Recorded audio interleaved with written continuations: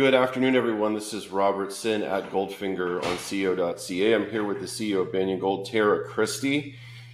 Banyan Gold is probably one of the best, junior mining gold stories of 2022 and a pretty challenging year for the sector overall. Banyan shares are up about 50% year to date. The company has announced a lot of really big news in the last month, including an updated resource estimate for the AurMac project, 4 million ounces of gold.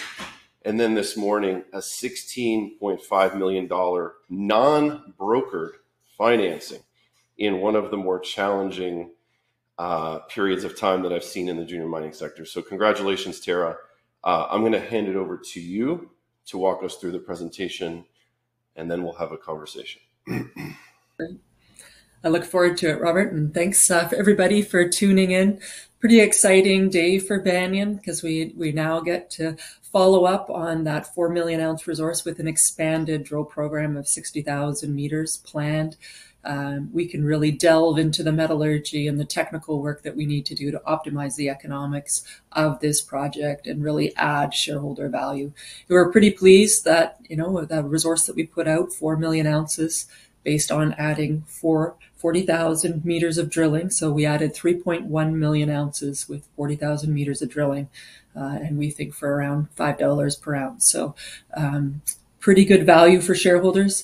We're pretty focused on our exploration. You'll notice that most of our dollars go into exploration versus our G&A. This picture in the front of our presentation is our project area, the AurMac Gold Project.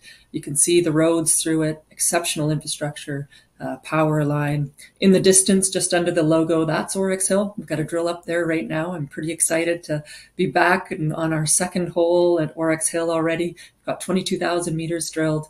And then the other two drills, we've got drilling off to the west, about where the date is there on the screen. Pretty excited to be following up on that, and look forward to lots of news flow as we start to get those results back. For some reason, it's not going forward. There we go. So, we're going to make lots of forward-looking statements because we're going to be doing lots of activity to move our project forward and add value for shareholders. Next goal really is to get this to a tier 1 asset stage, so plus 5 million ounces. We believe we're well positioned now with a target in our own minds of getting to that 6-7 million ounce range before we start to move it to measured and indicated. We think that there's lots of potential. This is a new district. We're right beside Victoria Gold. They've got a district and a very sizable resource and reserve. We're right beside two mines where you can permit. I know most of you have heard this presentation before, so I'm not going to talk about every detail, but we are quite different in that we have exceptional infrastructure and existing roads to our project, a power line with capacity right across it, a jurisdiction where you can permit a heap leach mine, and there's been one permitted within the last 5 years. And we're year-round exploration. We've set ourselves up for year-round exploration. We started this year drilling January 26th.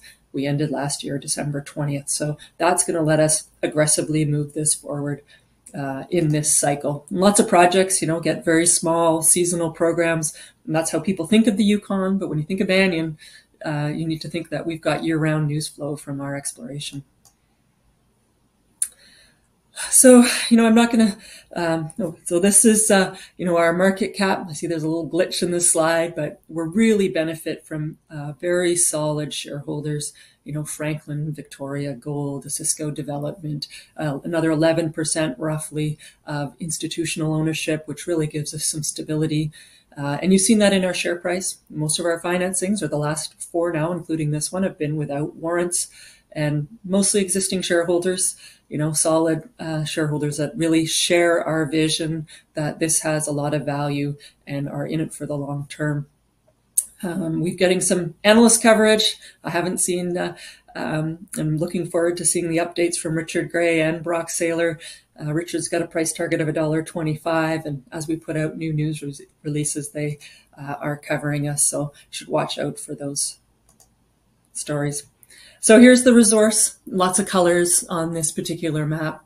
The orange is the pit outline of the new 4 million ounce resource. And the black dots are the drill holes that went into that resource update. So anything of the red dots are holes that we've drilled in 2022, and the green are ones that we're currently planning to drill. Those two colors are not in the resource. So you can see we've already drilled in the pit, adding ounces, and we'll drill some more holes in there, but really also expanding it both to the east and the west. Early in the spring, we drilled 600 meters to the east there, those red dots, and you can see that we've interpreted the mineralization going east along with that drilling. That's the light blue that you're seeing. And then you can see we've drilled significantly over 1.2 kilometers now to the west. We're really excited about what we think is a high-grade corridor going east to west through here, corresponding with what we're seeing in the geophysics and the geochemistry, and lots of blue sky exploration potential still. I'll show you what we're planning to do. We plan some big step outs this year. It's a little slow advancing. My apologies for that. The next slide, I'll show the cutoff grade of the resource. And we chose a cutoff grade of 0.2 to be similar to, the neighboring heap leach mine, Victoria Gold, which uses a heap leach cutoff grade of 0.15. So you can see that, our Powerline deposit is our largest deposit. It's where the focus of our drilling has been. And you can see if we selected 0.3, we would have had a grade of 0.7 and still 2.6 million ounces at Powerline, or 0.5, we would have gone up to 2 million ounces, closer to a gram. And we believe there is higher grade through here. You can see some of the near surface higher grade. The purple color is the highest grade, and then followed by red. You can see we are finding some near surface areas, and this is looking east. So we're seeing a section through it. The resource dips in about 15 degrees, these roughly horizontal layers of sheeted veins. And Powerline is a sheeted vein system in a metasedimentary package of rocks. So what are we doing now? Well, we've drilled 22,000 meters as of this morning, over 100 drill holes with 3 drills. This funding that we announced today lets us keep those drills running all the way through December again. So we're pretty excited about that. We've got a really crack team of drillers. They started in January. So, when you're the only drillers starting or company starting drilling in January, the A team's still available. So my hat goes off to all our crew out there. They're really ahead on this year's program. We're about a month ahead of where we thought we would be, and getting some great productivity despite what we're seeing in inflation and in fuel prices. So again, our target of our drilling for this year is really resource expansion. We're still focusing on inferred resource. We're not convinced that that's all there is yet. We have to do some more exploration. We need to find some area or areas for a starter pit. If you remember Victoria Gold's feasibility study, and we can compare to them, we don't have our own economics yet, but their life of mine grade of 0.64, their starting average grade for the first 2 years is 0.8. So, and with that, they got 2 years of payback on their feasibility study. So, and recoveries of 74%. So, if we can find something where we can get 2 years of mining potentially, with something greater than 0.8, I think it'll be really compelling for our economics. And you have to remember, Powerline was a brand new discovery in 2019, and it was a blind discovery. There's no soil anomaly. Our team made it because they relogged old core. They put together a geological model and thought that this area fit the model. So we've been stepping out. Originally, it was 50 meter spaced holes along 100 meter space lines, and then we've stepped out to 100 meter spaced grid, and still intersecting mineralization and expanding what we know about the area. And here's just a section showing that higher grade right near surface, 1.73. Those that followed the last press release of exploration results, we had that 3 grams over 21 meters right from surface. So we think we're starting to understand where and how the higher grade is occurring. So as we move forward, the area that we have off to the east, we do have a large soil anomaly off to the east, gold anomaly. So we know that combined with these gray dots, which are RAB drill holes, which are on average 40 meters deep, really give us a strong indication that there's potential for more mineralization as we go up to the east to what we call Oryx Hill. And Oryx Hill, that's early days for it. And we do believe that Powerline and Oryx Hill are 2 deposits. They're the same right now. They're 2 separate deposits simply because we haven't drilled between the 2 of them. But we do envision that as we continue to drill east up to Oryx Hill, that the mineralization will continue up that direction. And we now know, so the airstrip is a calcareous unit, and you see it here as in the blue, the resistivity low. The power line and the Oryx Hill, they're in a more silicious or resistive body of rock. So that's that PIC unit that we see over 16.5 kilometers across our property. Power line itself is about 1.2 kilometers. Our plans now allow us to drill, expanding that by 2 kilometers to the west and 2 kilometers roughly to the east. You can see strong soil anomaly and continue to be blind over to the west, but we're really encouraged by what we're seeing. And this mineralization you can see in the core, you can tell you have these sheeted veins, you can't see the grade. So our rule of thumb is, if we see a lot of veins, the density of them really is a bit of a correlation with grade. So we can tell when we should keep going east or west. If we're concerned about the grade, then we stop, we take a break. We've taken a break on the eastern edge there because it's really wet right now. We've just come out of spring freshet, and we've popped up on Oryx Hill where it's dried out, and we're going west because it's really got some great targets and it's easy to access at this time of year. So we both adapt our drill program based on the logistics of how easy it is in access and minimizing our environmental footprint, along with drilling off some of our best targets.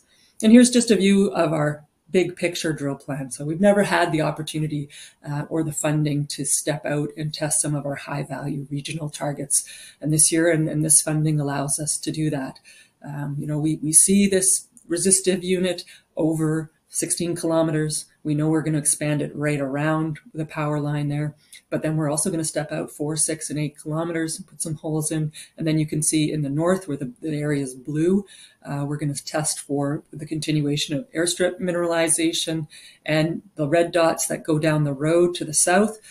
We've tested those resistivity highs going to the south, partly to test to understand what's going on structurally, as well as within this metasedimentary package, as well as to potentially find infrastructure and to maybe discover that this mineralization is broader than just what we're seeing around Power Line and Oryx Hill. There's just that fabulous infrastructure, brand new power line built in January of 2021 with twice its current capacity, and it's servicing 2 mines. All-weather roads, which are maintained by the government and throughout the winter, really help us keep our costs down because we get that extra support.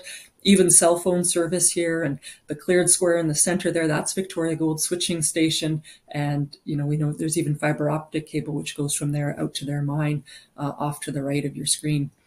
Lots of improvements to infrastructure happening in the Yukon. That's something that the government's doing well, negotiated with the federal government for road upgrades, including 63 million, supposed to start some of that work this year. The First Nation and Northwest Tal have formed a partnership to own and build more fiber optic infrastructure, including to the north of us. Pretty excited to see that, along with Victoria Gold. That can't be said how important that is to the Yukon economy and what the great work that they're doing, showing the importance of mining. That helps everybody in the Yukon. It shows this as a district in the Yukon. And I think there's a lot more discoveries to be made. Here's our property right beside a highway, actually underneath the highway. And we made a new discovery in 2019. So it really shows you, and I think that'll bring attention to the Yukon from majors and other mining companies, because that's how mining camps are found. You look at the mining camps in Ontario, started with one mine, and the best place to do more exploration was in the head frame of that mine and the surrounding area. So I think we're starting to see that story unfold. We've talked about the new Yukon gold rush. Well, I think, we've had lots of exploration interest, but you need to actually get over that hurdle and get a mine. And then the next projects that come along, people start to have that vision. We're in a mining camp, and 4 million ounces puts us on par with being close to being a tier 1 asset, which majors and other mining companies are looking for. Metallurgy is a focus for us right now. We have column leach tests ongoing. We'll have those results late summer, early fall from these initial tests, but we really plan to ramp this up because it's an important question I hear from shareholders and investors. Show us that the metallurgy works. So we're using Forte Analytical. They are heap leach experts. They're doing all the work for Victoria Gold. And those of you that have seen Victoria Gold's recent presentation you know that their deposit is slightly different than ours. It's the same sheeted vein type system, intrusion related. Their host rock, they're in a granodiorite. Our host rock for where the intrusive mineralization came into is the Highland group of metasediments. But in their mine plan, their original feasibility study, the granodiorite abuts the metasediments. And so when you lay back the pit and you mine, they had to mine the metasediments in a wedge. And, originally that wasn't included as ore because, they hadn't done the drilling to drill it off and get assays as well as the met work on it. But recently, if you look at their presentation, you see their gold production. As they mine, they are now putting that metasediment that was waste on the heap leach pad. And you can see it in their bar graph on gold production. There's a little yellow section above the bar, which is bonus ore. And that's from mining their metasediments. Their metasediments are slightly different than ours. They're closer to the intrusive. They're more hornfels or higher grade of metamorphism. So not directly comparable, but it shows that this metasediment package is potentially heap leach mineable. So we know we've got lots of work to do here to show people that this is recovery, starting with those 90% bottle rolls, though, from both oxide and sulfide, airstrip and power lines, really encouraging first results. And we're building on that now. Very rapid leach recoveries. We know the gold's not refractory or encapsulated, and we can actually see lots of free gold, which might make your leach times longer. But we also know that it came in later than the sulfide. We can see the sulfide crystal and the gold came in a fracture here in this photograph. So early days on that, and watch for lots of news flow. We continue to take our ESG obligations very seriously, working with the community, our charity, every student, every day. We just announced giving out $300,000 for this year to another 30 projects and 21 schools and First Nations all across the Yukon, really helping to impact and increasing our efforts to help combat the impacts of COVID on students, and ultimately help all of us have the staff that we need in the Yukon by having well-trained people. On the environment side, we're starting to take that very seriously. We're looking at getting connected to the grid, and we'll do some of that work this year. So we're using hydropower in the interim. We've done a pilot project with a company that has a partnership with the Nacho First Nation to put in propane generators, which will reduce our greenhouse gas emissions, and the cost to run those generators is a pretty substantial savings with the current price of fuel. So, we're really active on this front and looking for opportunities to just show how responsive the mining industry can be to the community and to investors as well. Our vision forward's pretty clear. We know where we're going in terms of where we want to get for ounces. We know what we need before we do our PEA. We're also going to do the technical work to really show what a mineable deposit would be. We're going to engage with our engineering team that'll do the PEA next year very early, so we can adapt our drill programs to make sure that we're thinking as a miner, not just as an exploration geologist. Sometimes you think, oh, well, we think it's kind of 0.4 over there. We're not going to drill there because we won't get great splashy results. But if it's going to be waste, if you don't drill it, you should probably put it in your drill plan, because it's going to be an important part ultimately to your strip ratio. So starting to think about those things, doing the geotech drilling. Our current resource is done with 45-degree pit slopes. Is it competent enough to be 52? That adds a lot of ounces. It reduces strip ratio. Pretty important to actually understand that work. So we'll be starting that very soon. And of course, that metallurgical work is critical for us. And we're planning that for 2023. And, just a review of our timeline. Remember, this is pretty early days. We optioned this property in the summer of 2017. Really small drill programs, 1,400 meters, 1,300 meters. Those are tough times to raise money. Then in 2019, that 4,800 meter drill program to get that original 900,000 ounces. 2020, bit bigger program, 10,000 meters, and then 30,000 meters last year, and now 60,000 meters. So you can see we're trying to exponentially ramp this up and move it forward very quickly and aggressively towards that PEA. And, we've got a vision of what it would take to get into a feasibility study and permitting. And, we'll see what the market brings. It's a pretty volatile world right now, and I'm sure that fuel prices are going to have a significant impact on many. Not advancing again. The other important news you probably heard if you were watching our news releases was the purchase of the underlying option agreement ownership from Alexco by Victoria Gold. That's this northern part. That's where the original mineralization was known about and where that high grade was mined. We know there was that 16 tons of 2-ounce material, which was mined back then on that side of the property. Not as much known about on the Oryx Hill side, but it's certainly the side which is growing more quickly.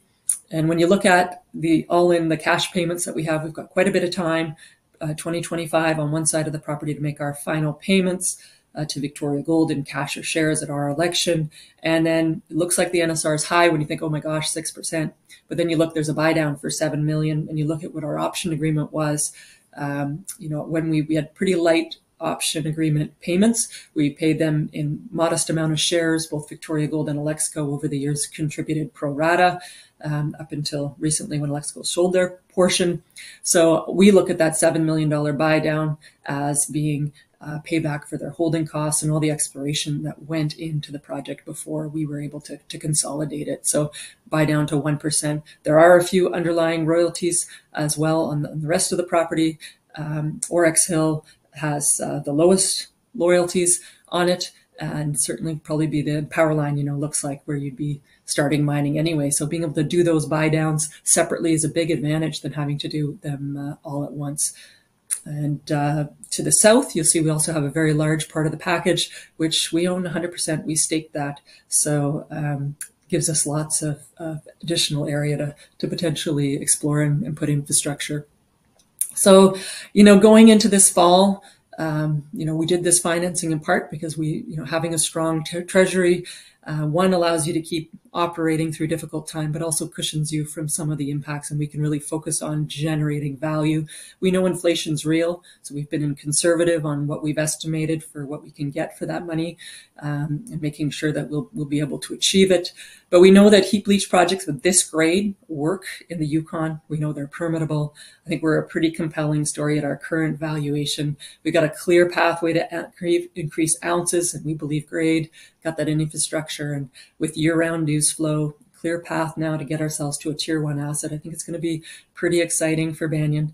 And, I'm pretty thankful for the fabulous shareholders that we have who've supported us and continue to support us. So that's the story, Robert, and I look forward to all the hard questions that you have for me. Thank you for the presentation, Tara. So prior to getting into the Q&A, and I know we have limited time, but I feel like I need to say this. It is an honor to speak with you, and I want to acknowledge you for being one of the best CEOs in the junior mining sector. I feel confident and comfortable in saying that at this point. It's been a pleasure to watch you grow and evolve as a CEO over the last 5 or 6 years. And you've gotten very good at marketing and doing presentations as well. I think Banyan is one of these companies that investors can count on, and shareholders know that you're on their side and you're aligned with shareholders, and there's going to be no tricks. You're not going to do anything to hurt shareholders or do something at the expense of shareholders. And so I think that shows in everything that Banyan does and how these last several years have evolved, where I remember in, December 2018, when I picked it for the CEO.ca stock picking contest at 3.5 cents a share. Nobody really cared about Banyan, and everybody was like, what the hell is Robert, Goldfinger talking about? He's nuts, and you've just knocked down milestone after milestone, and 4 million ounces. And it feels like we're just scratching the surface. That's why I don't even get too excited. And I don't even say 4 million ounces very often. I mean, that's the official number, but obviously it's much bigger. So there's my little acknowledgement. Now let's get into the conversation, the tougher questions.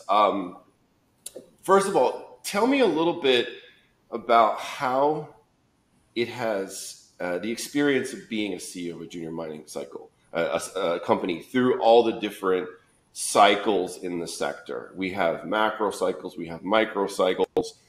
Again, you said it, 2017 was a really hard time to raise any money for, drill program. And now you just raised, nearly $20 million. So tell me a little bit about that.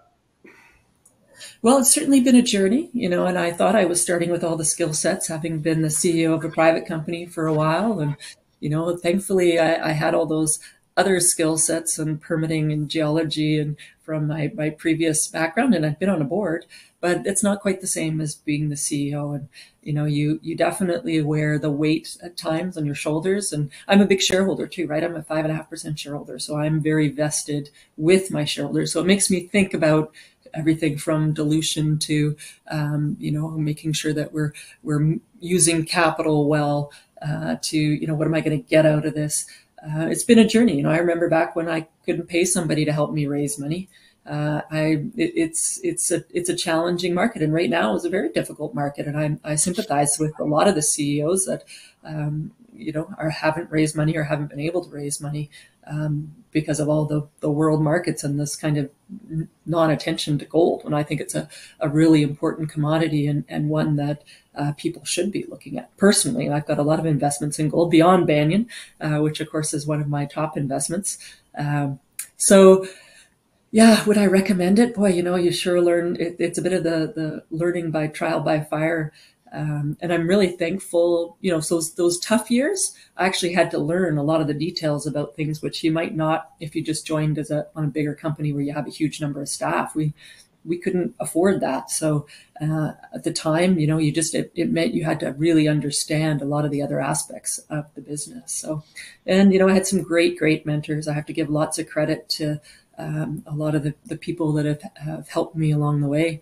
I wouldn't have had that financing for that first resource if it wasn't for Sean Rusin, then of Osisko Royalties, the Clint Nauman from Alexco and John McConnell, of course, from Victoria Gold have all been great mentors for me, along with many other people I won't name, but it's really been, it's important, and we want to help people to be good operators of this business. We need to make sure that we're mentoring others. So hope I get the chance to do it now that I've been through this.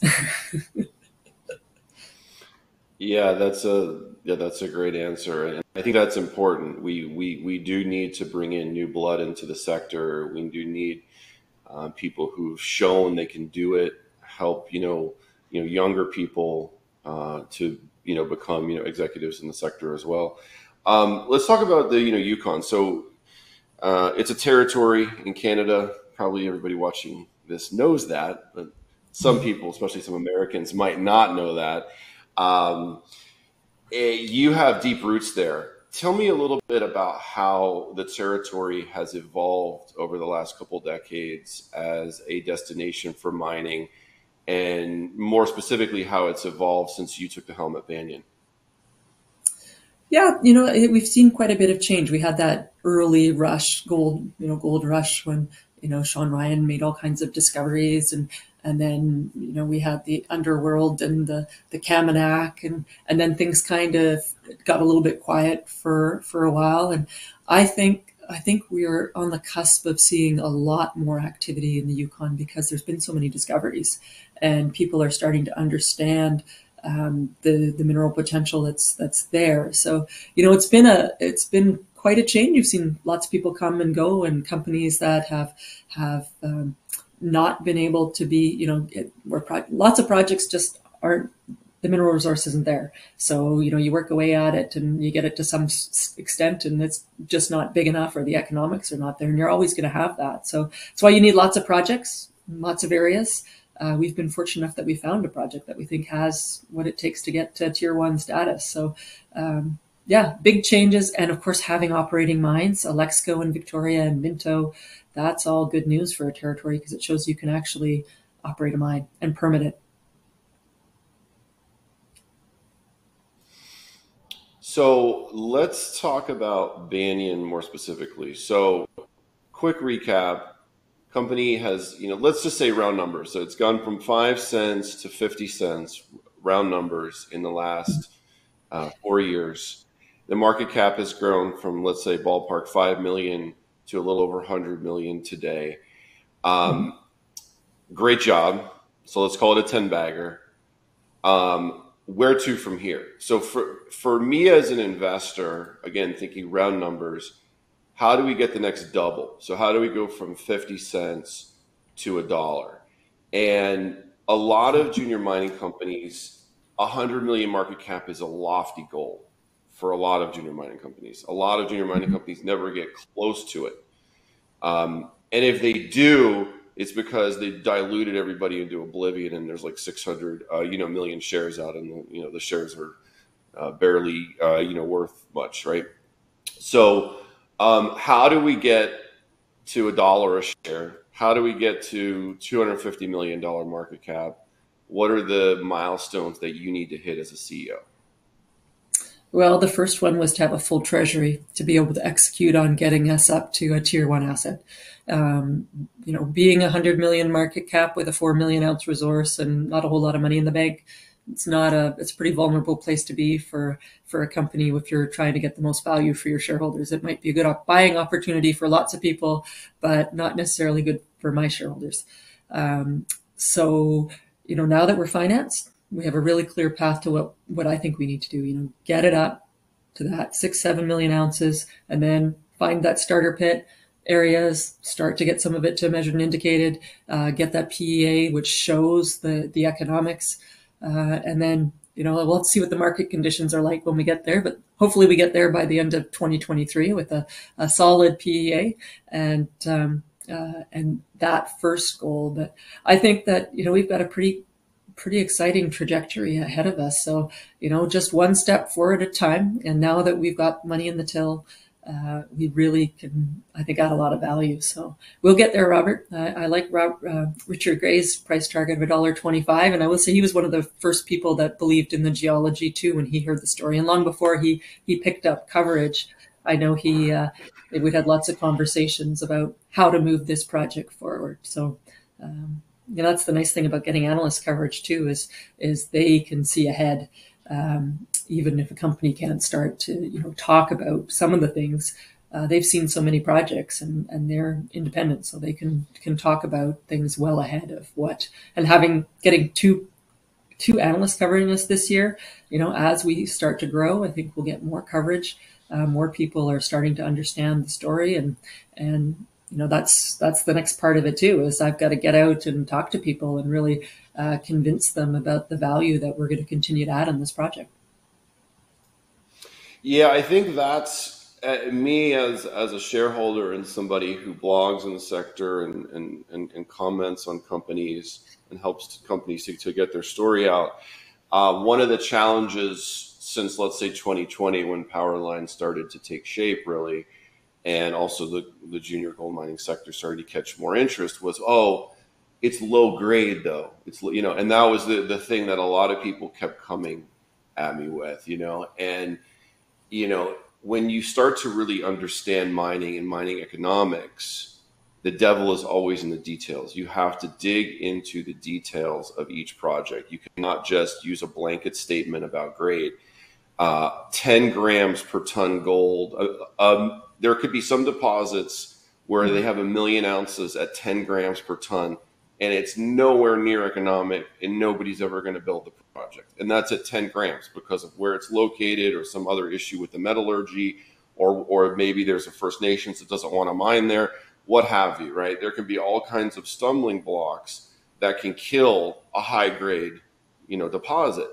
So when you actually dig into and understand the AurMac project and Powerline and Airstrip and the scale of this thing, and the recoveries are 90%, and it's as straightforward of a gold deposit as I think I've ever seen in my life, then you start to really wrap your brain around mining profits. Mining is the money is made at scale. Big deposits, and a Barrick Gold or a Newmont would much rather have a 15 million ounce gold mine at 0.6 or 0.7 grams per ton than a 1.5 million ounce at 10 or 15 grams, quite frankly, because it's just way more scale. Now, obviously there's a lot of details that have to be, figured out, and there has to be a lot of, economic studies and feasibility and environmental work. But, just big picture, you'd rather have the scale. You'd rather have a simple deposit that's just absolutely massive, like you do at Powerline. So let's talk about Powerline, and just looking at the map now. I mean, the scale is just, it's kind of mind blowing how big this thing is, and you're just putting drill holes every 100 meters. I mean, just look at it. It's like you're playing, Battleship, on the map. Tell me a little bit about the drilling that you're doing right now, the drilling that you've recently done, and just how big could this thing really be? Well, we have to leave a little bit to the imagination, but we have two drills off to the west right now. When spring freshet came, we thought we were worried we were going to lose access to there. So we actually did some 300-meter step outs, which is big for us. And because, we like to, not test the edge of the, okay, is it 100 meters out? Yep, we'll do another. And then it's always resourceable. But, now that we've got more leeway, we can take some bigger step outs and then, make some assumptions in between and come back and drill that later. How big it can be? Well, let me drill a few holes off to the east. Let's see how the grades come back from what we've already drilled out to the west, and then if it's really constrained within that resistive unit, we can kind of see what the width of it is. If we can figure out how far east and west it goes, it'll be easy for people to imagine and see the story of how big it might get once you drill it all up. And yes, we will have to drill it off eventually, probably 30-meter spacings. And I know there's lots of questions about why we're using diamond drilling and RC drilling rather than RC drilling. And the answer is this is an intrusion related deposit. We don't know where the heat source is yet. All of that structural information, we know there were those late phase high grade veins, the 2-ounce material, which was mined. But those are a bit more like a needle in the haystack. So you need that structural information. If we're looking for where the buried intrusive, and as we try to understand where the higher grade is, we want to understand the alteration. We want to see if there's some of those higher temperature minerals, which might indicate you're closer to the heat source.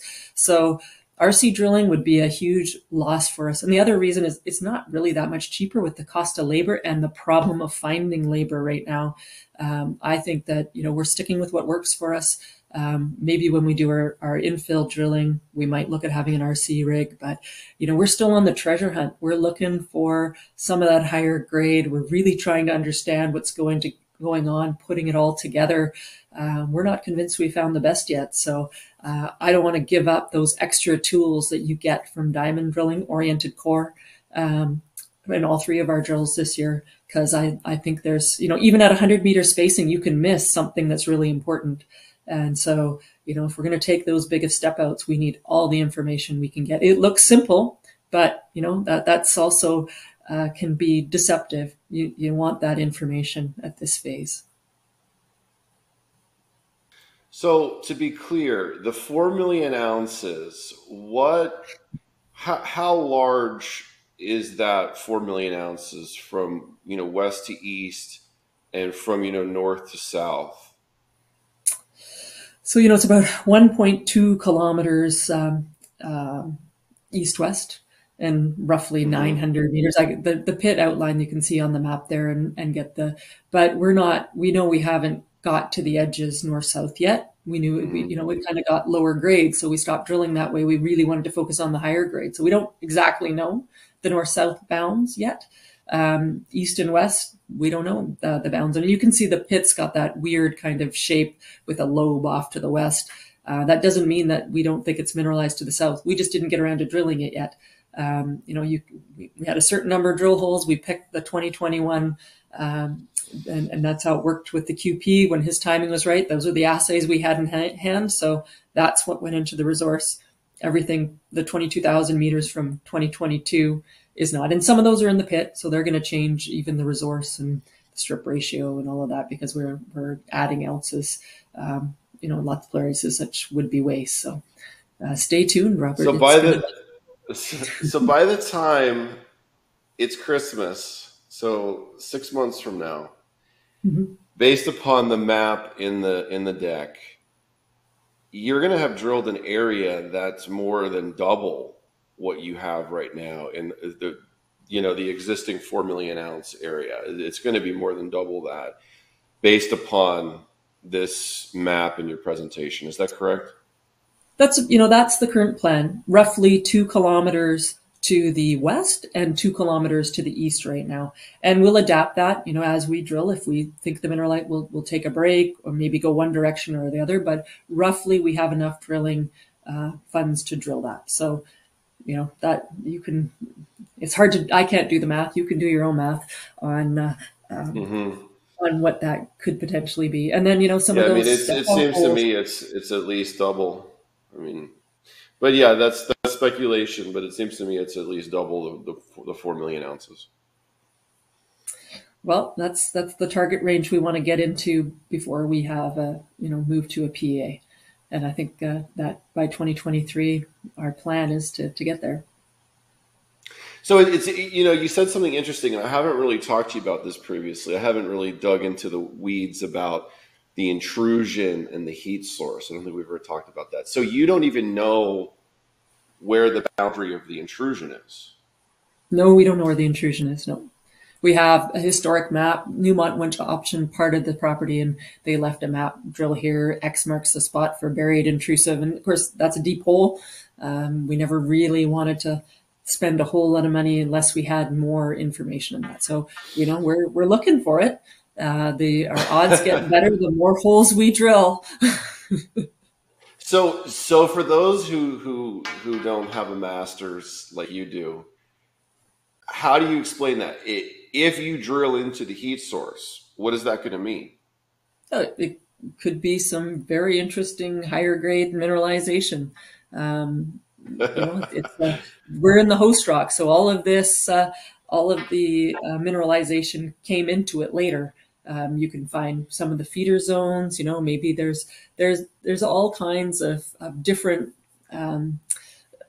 potential outcomes, and that's the thing about geology is it's not always the same, and you don't always have all the answers. Just because we've found gold mineralization and quite a bit of it on surface doesn't mean we have the whole story yet. So now. Even being able to correlate Powerline with Aurex Hill, because there was no soils, there's no surface structure. The LiDAR wasn't particularly useful, but now it's all coming together. And so, we'll be redoing and looking at the information we have. Like the geophysics is actually starting to be useful now. So that we're going to redo some structural work and start to pull it all together, because it's still a treasure hunt, Robert. Just because we're drilling off what seems like a very boring, predictable deposit, and I think that kind of shocks people. It's probably like, really, you're drilling 100-meter space grid? Where's this complicated geology and all these sections where you're showing pierce points and that you see on lots of projects? And your point about high grade is not always the answer.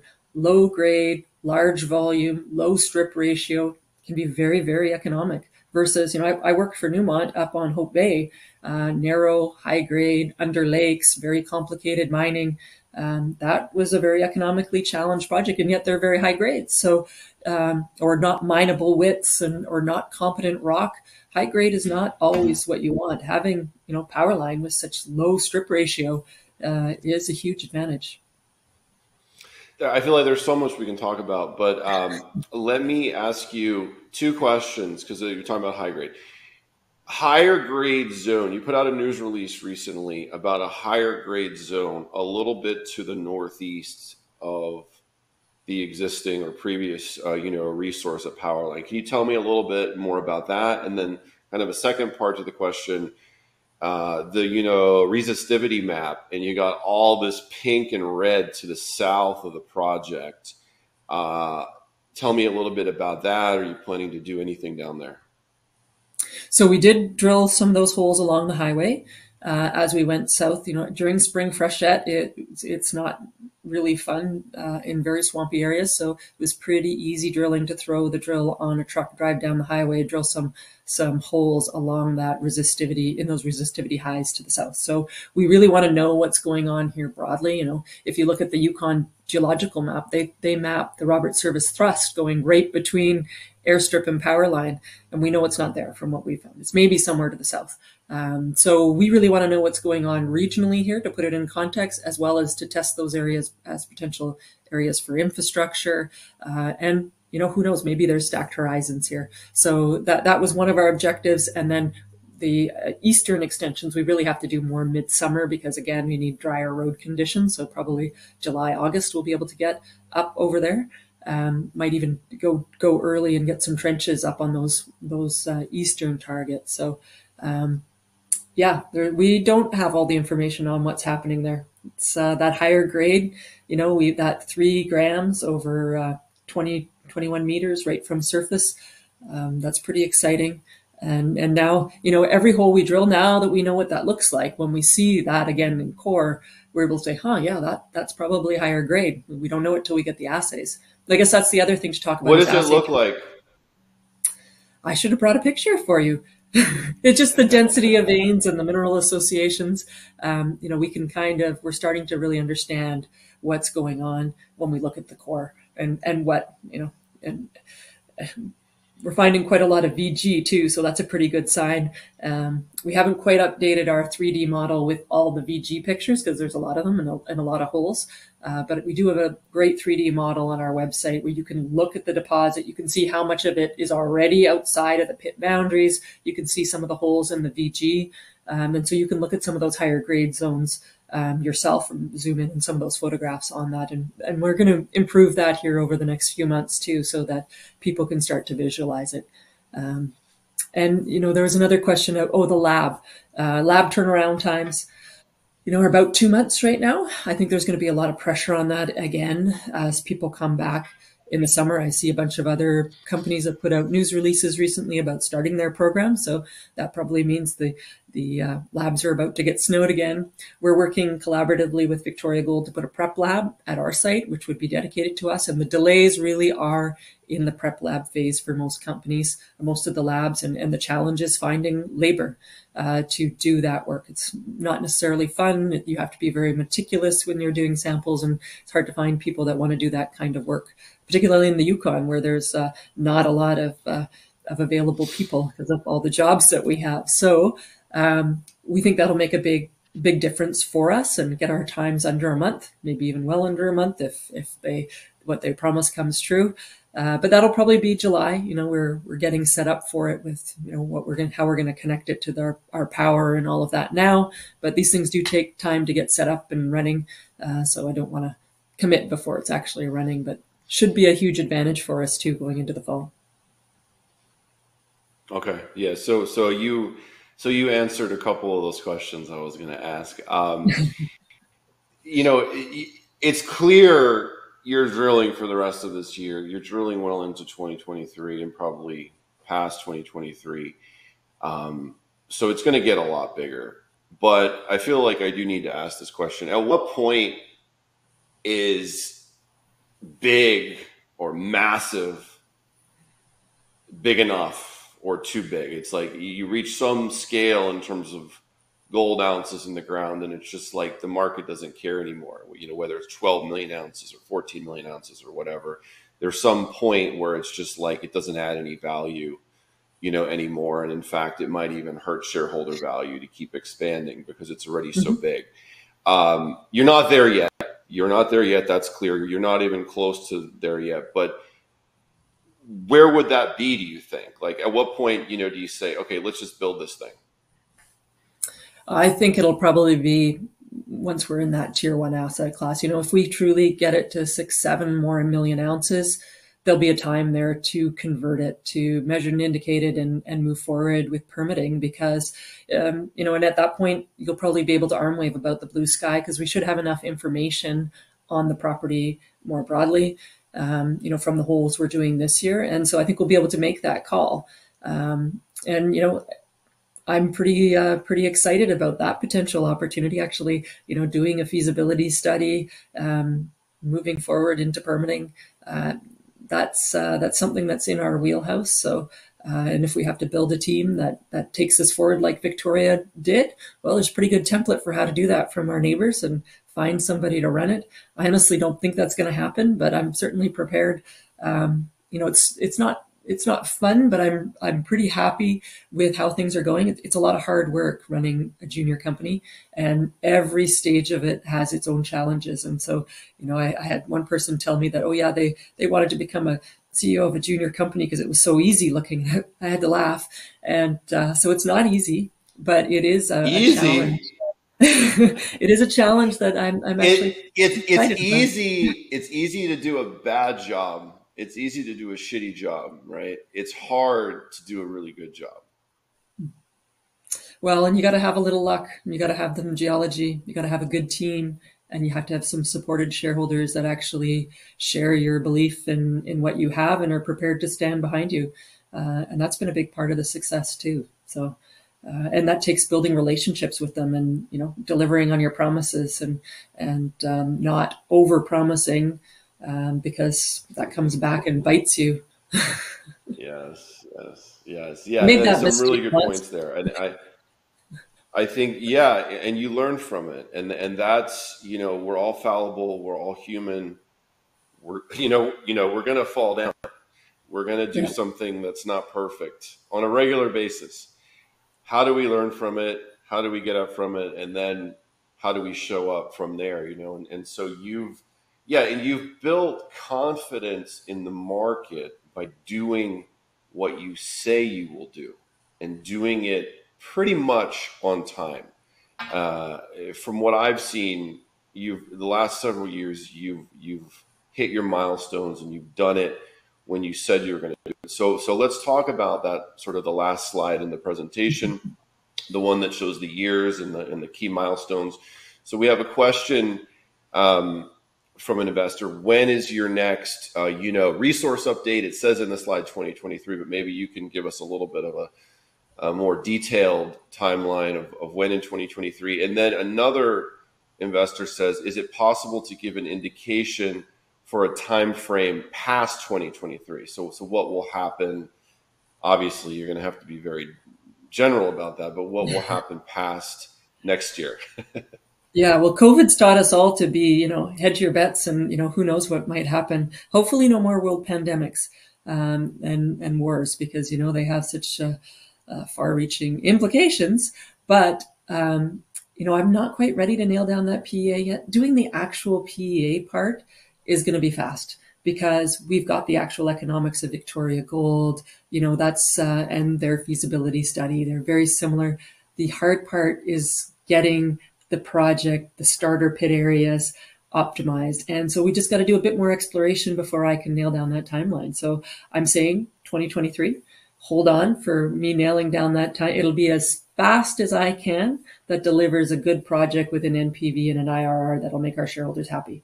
I don't want to rush into that and say, oh, I'll do it first quarter. And then, say, oh, I should have waited for a few more assays. And so there are things out of my control too.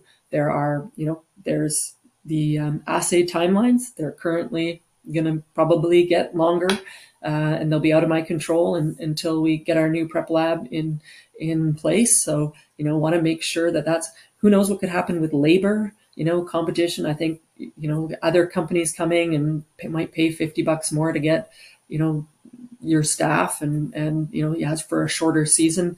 So, that's all of that factors into me not wanting to make a commitment on a time that I'm not going to deliver on. So as soon as I can see what I think we need for this project and that PEA, we'll get that PEA out, because that's in the best interest of everybody. Time is one thing that shareholders are always, hurry up, hurry up. Well, we've got to take a breath too, make sure we do this right. Because once you get a PEA out, people, make a lot of judgments on that. They sometimes write off projects, or, I know I've seen lots of PEAs that haven't cut the mustard. So, that's not what I want to do. So, give me a little bit of time, and a few months. And as that comes clearer, I will make sure that I tell people when that PEA is coming, so that they know when to expect it. And beyond All that, right. So final again, question. Oh. arm waving next year. Are we set up to ramp this up? If if in September, there's a booming gold market, could we have 5-6 drills on the site? Yeah, we're going to have our infrastructure set up for that. We'll have enough room in camps. We definitely would be able to do that. Could we do that in 2023 and move this forward very, very quickly? Absolutely.